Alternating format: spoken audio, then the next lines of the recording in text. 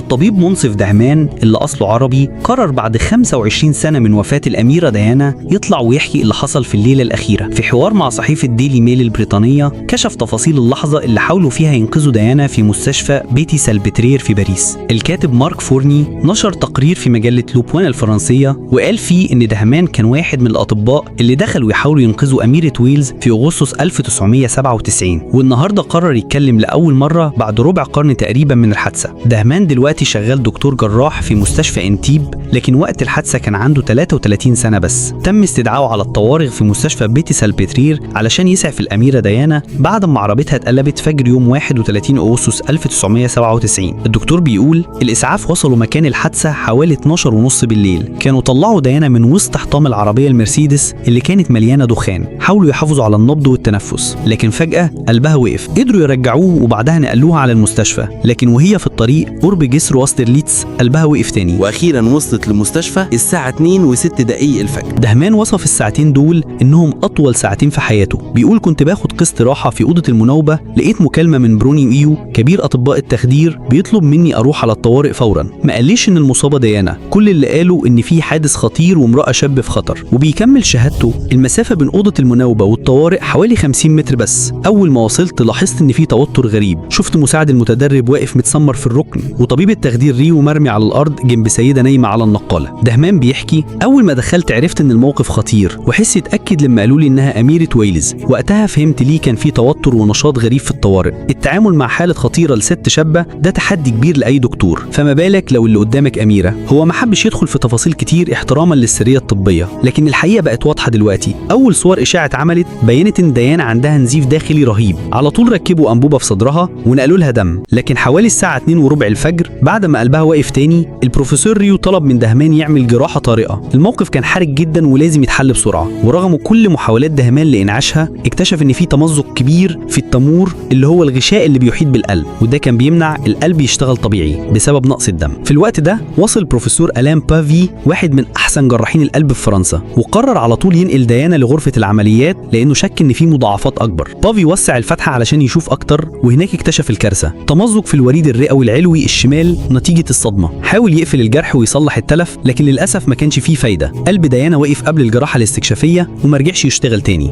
دهمان قال جربنا الصعق بالكهرباء اكتر من مره، وزي ما عملنا في الطوارئ كنا بندلك القلب، لكن ما قدرناش نخليه ينبض تاني. فضلنا نحاول لحد اخر لحظه وجربنا كل حاجه. حوالي الساعه 4 الفجر الفريق الطبي بقياده البروفيسور بافي اضطر يوقف العلاج. دهمان بيحكي القرار كان جماعي. الحقيقه اننا قبل كده انقذنا ناس في المستشفى كانوا جايين بحالات اخطر من حاله ديانا، ونجحنا ننقذهم، وده كان بيدينا شعور بالفخر، لكن المره دي ما قدرناش، وده وجعنا جدا. فاكر كويس انه خرج من اوضه العمليات محطم ومكسور زي باقي زملائه، ما خدش باله من الضجه بره ولا من الشخصيات الكبيره اللي بدات تدخل المستشفى. كان تعبان ومشغول باللي حصل. الغريب ان تاني يوم جاله راجل فجاه وقال له عايز يشتري حذائه الابيض بتاع العمليات اللي كان مليان بدم ديانا، وقال له الحذاء ده عليه دم ازرق. طبعا دهمان رفض الفكره دي نهائيا. بعد 25 سنه تقريبا لسه الذكريات محفوره في دماغه. بيقول كل شهر اغسطس الموضوع بيرجع في بالي. السنه دي كمان كانت سنه ولاده ابني، فكل عيد ميلاد بيرجع لي كل الليله دي من الاول. كمان اتاثر جدا بجنازه ديانا اللي حصلت بعد ايام قليله من محاولاته ينقذها. بيقول العمر كله هتفضل متاثر لما تكون حاولت تنقذ اميره وبعدها تلاقي نفسك بتتفرج على جنازتها مع ملايين البشر.